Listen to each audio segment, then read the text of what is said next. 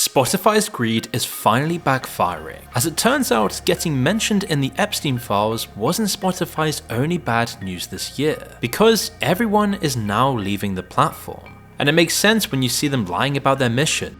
We've always thought about how we can grow the number of creators that are successful on Spotify. And it really started with music in itself, fairly compensating the artists that are on the platform.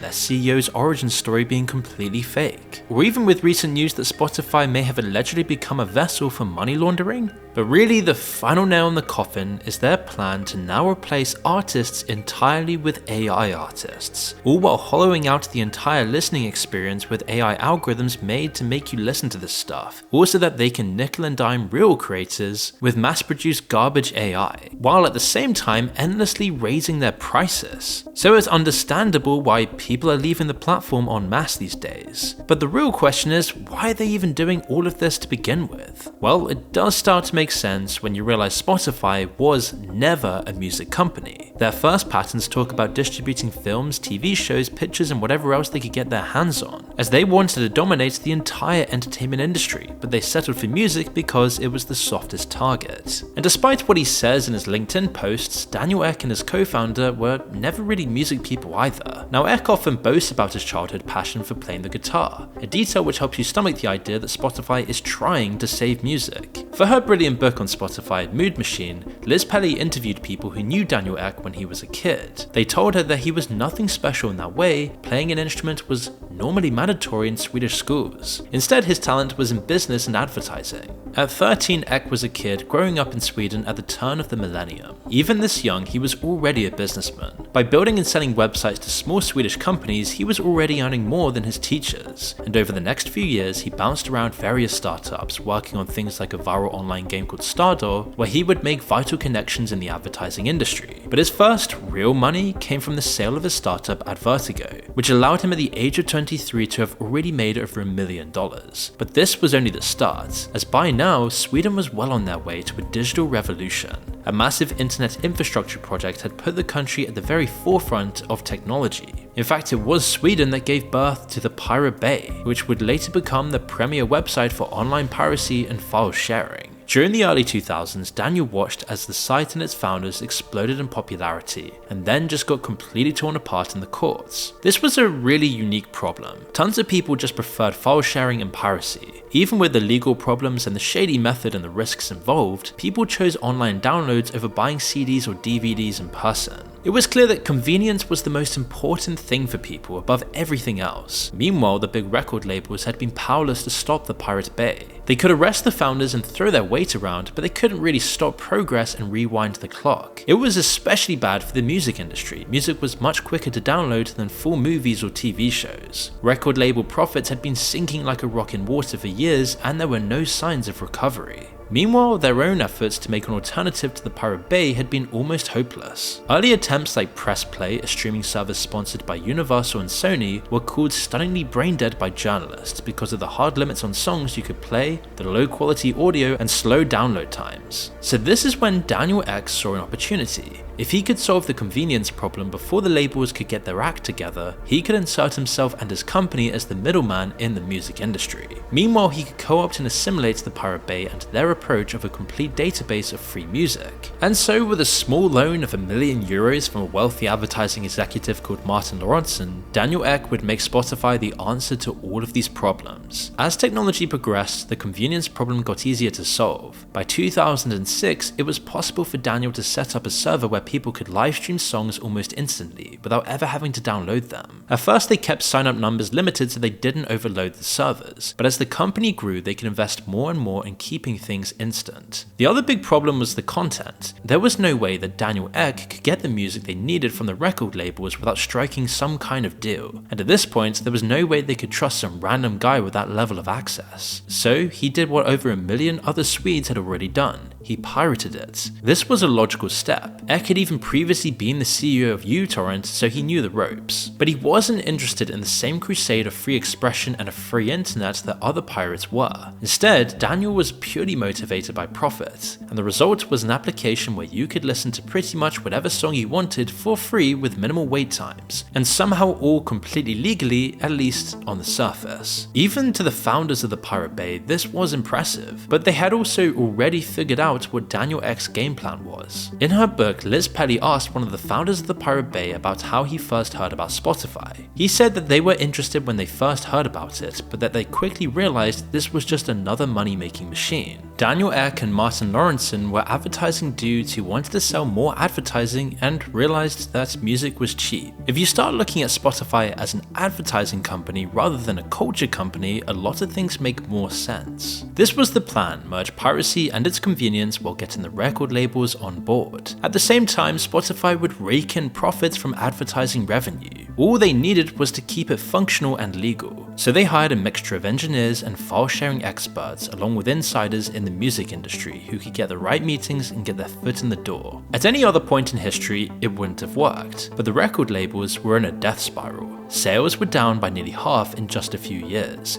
and there was seemingly nothing they could do against piracy. It was especially bad in Sweden with its ingrained culture of piracy, and with the rise of the Pirate Bay, it seemed almost impossible to stop. Seeing this, Daniel Eck knew he had some leverage. At first he appeared like an unassuming Swedish businessman who seemed to offer the music industry the solution to all of their problems, an answer for how they could maintain their control. But whatever it took to destroy the Pirate Bay, they would do it. Yet it took a lot of convincing, and at first they started small, giving only Spotify crumbs while taking a massive chunk of the company in exchange for legitimacy. An initial deal gave a consortium of major record labels 18% of Spotify, along with a share of the ad money and even a deal for royalties per stream. The experiment worked, and soon Spotify was growing incredibly quickly in Sweden, while rolling out to other countries around the world. These launches meant separate deals each time, and one of these was leaked to the press, and it showed Spotify were willing to pay out tens of millions of dollars for just 1 year of access to the legit music catalog. But they didn't care. It got their foot in the door, and Spotify went from nothing to making millions almost overnight. And suddenly, places like the Pirate Bay weren't as necessary anymore, and now they could be finally taken down once and for all by the music and Hollywood industry. At the same time, in the early 2010s, there was excitement around Spotify. People legitimately thought that they were saving music, that they had created a legal way for people to enjoy music streaming without destroying the music business and hurting artists. In reality though, Spotify had just figured out a way to pass those 50% revenue losses off onto the artists, all while taking a cut of the pie for themselves as well. Musicians from Sweden already knew this. They had already experienced being an artist on Spotify. Magnus Uggla, a well-known and popular Swedish artist, described his experiences in a blog post from 2009, comparing what he got in 6 months of Spotify revenue to, quote,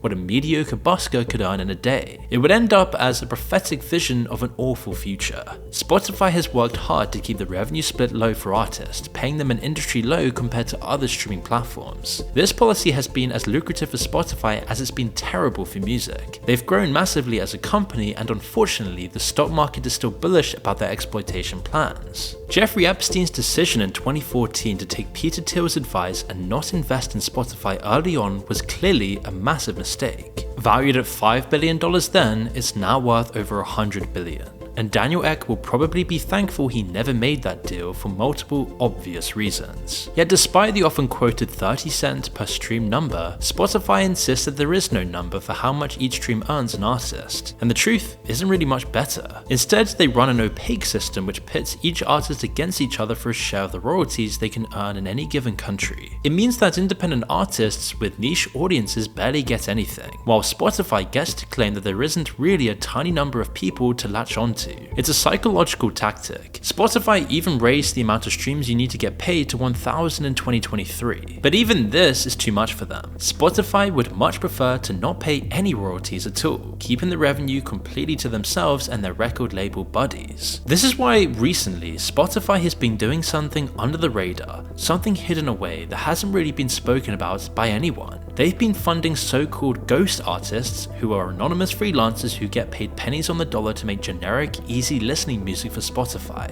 which then means Spotify can fill up mass playlists without having to pay normal artists for their work. Although not often spoken about, the scandal even began all the way back in 2016, when the industry website Music Business Worldwide reported on a strange set of songs and artists it had found in some of Spotify's fairly new chill playlists. They described a small set of artists who seemed to be completely made up by Spotify, but were still getting hundreds of thousands of plays on the platform. Spotify vehemently denied the allegations, but clearly they had been experimenting with the idea, and by the next year more ghost artists and ghost-written songs were discovered, and more denials then came along from Spotify. Quote, "We do not and have never created fake artists and put them on Spotify playlists. Categorically untrue, full stop," they said. But the evidence begged to differ. MBW next identified the source of the songs, another Swedish company called Epidemic Sound, who would pay artists to make stock and background music. Quote, "We know for a fact that Epidemic-owned songs under fake artist names are being added to Spotify playlists with uncommon regularity. These songs were also getting pushed far more often and appearing far more frequently in playlists. It was almost like Spotify had some kind of financial incentive to do this, so that they didn't have to pay out royalties." Spotify kept on denying these claims until eventually they began ignoring them instead. Meanwhile, they ramped up ghost song production over the next 5 years and filled playlists with them, to the point that they began outnumbering real artists on some official playlists. By 2022, labels specializing in these ghost artists had gained billions of streams on the platform. Billions. Problem wasn't with the quality of the music itself, the people behind these songs were still talented artists making good music. Instead, the problem was with pretty much everything else. Over time, playlists have become a very key way for Spotify users to listen to music. They're often the reason Spotify's 500 million users aren't willing to switch platforms, even when their favorite artists pull out or the CEO starts funding murder drones. They have too much time invested in the playlists they've made. Often established artists aren't big fans of playlists. Instead of getting to tell a whole story with a mix of emotions or an overall meaning, their songs then get split up and packaged with others just like them. Meanwhile, upcoming artists now have to consider how their songs will perform in playlists, compared to mass-produced music that is already designed for that format. They're incentivized to not risk doing things like having long intros or taking their time with the beginning of songs, or really doing anything which goes against people's expectations. They know that Spotify's algorithms are always watching and always listening, taking note of which songs get replayed and which get skipped. It all works to smother creativity. At first, Spotify used to hire people to create these playlists. They had hundreds of people working on curating them, on finding new music, on showcasing it to the world, even if the system was still lopsided. But once the technology allowed it, they switched over to AI-curated playlists instead. And it's what enables them to have so many for every possible mood, all constantly cycling through different songs. Spotify has even created a system called Discovery Mode. The idea is that labels and their artists can take an even lower share of the revenue that they already get, in exchange for preference within the specific playlist algorithm. It's like a targeted advertising system, but pushing certain music onto people instead. Clearly, the founder of the Pirate Bay was right about how to see Spotify's tactics. Now you've got people's music tastes getting punished in certain directions based on a financial incentive. How many independent artists will have heard of this, or will be doing this, compared to big labels and ghost artist companies? One independent artist called Andrew Southworth raised a good point. Eventually, if it does catch on, everyone is incentivized to use Discovery Mode and accept less of the royalties. Spotify takes a 30% commission on these additional streams that they're getting for it. It doesn't cost anything up front like marquee or Facebook ads or something. When everyone's using Discovery Mode, it's effectively like no one having Discovery Mode.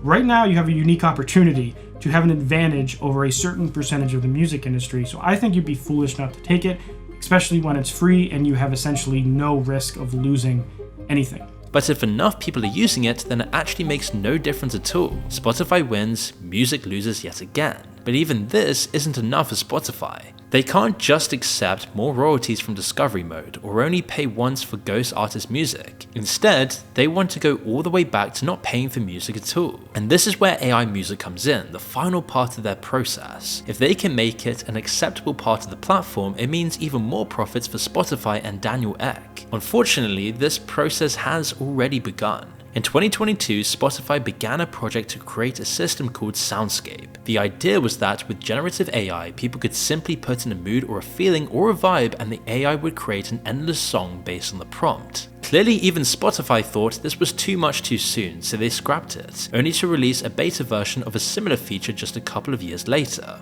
Instead, they began proliferating their platform with AI music instead. Like Ghost Music, it often finds itself in playlists and gets millions of plays. When specific AI artists or songs make the news, they remove them, but they don't label any of the songs as AI yet, and they're in talks with the labels about how to incorporate it into their system properly. You can be sure that their new AI DJs will happily recommend it to their audiences.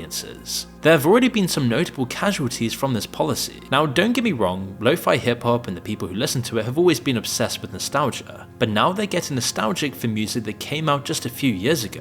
It's all because of the AI music. Lo-fi hip-hop was the perfect genre for it to infect. All of the nuances, the creativity, and the details that made people actually like the genre, it's fairly easy to replicate. Just put a piano melody over a beat, add some modern background sounds, distort it, and you've got a half-baked lo-fi hip-hop song. In the past couple of years, AI has got to a point where it could make thousands of these in minutes. Unlike other genres, nearly everyone listens to playlists full of unknown artists rather than albums or singles. Slip one or two AI songs in there and nobody would notice. But the more of them you add, the more you lose. And by 2025, people were left wondering what had happened to Spotify. And that's when it became harder and harder for Daniel Ek to hide who he truly was. He's gone from either being seen as a disruptor or not known at all by the public to being someone synonymous with unearned exploitation. It got so bad that he had to even step back from being CEO of Spotify, as he's been causing scandal after scandal. Most recently, his very own venture capital firm announced 600 million euros of investments in a company called Helsing, a firm specializing in drone warfare. They've promised to only ever sell to democracies, but how much does that term even mean when Kim Jong-un holds fake elections? Plus, nobody really believes corporate promises anyway. It's why recently a growing wave of artists like Massive Attack has called for boycotts on Spotify, and another scandal could easily push things over the edge. Whether or not this will go anywhere else though remains to be seen, but it might not matter anyway. Spotify is losing market share across the board. Massive companies like Amazon, Apple, and Google have all been pushing their own music streaming services. Apple Music had their best year yet in 2025, and Spotify's main route for future growth are new markets and continents where the internet rollout is still ongoing. But here they could run up against their old enemy again, piracy. Developing countries in places like Africa and Asia have strong cultures of reproducing media, and governments have much bigger fish to fry than stopping it. Lots of people just won't have the money to pay a subscription as well, and when the internet hits, they'll switch to torrenting instead. And funnily enough, the same problem is coming back in the developed world as well. If Spotify keeps raising their prices, they then risk getting undercut by their competitors, or people turning to the high seas to skip paying entirely. Convenience, as we've seen, is worth a lot, but every time Spotify tests that price tag, it's a massive gamble, especially as the quality gets diluted every year with all of this garbage. At the end of the day, other services like SoundCloud might not be perfect, but at least they offer a far better, more ethical way of listening to music than using Spotify.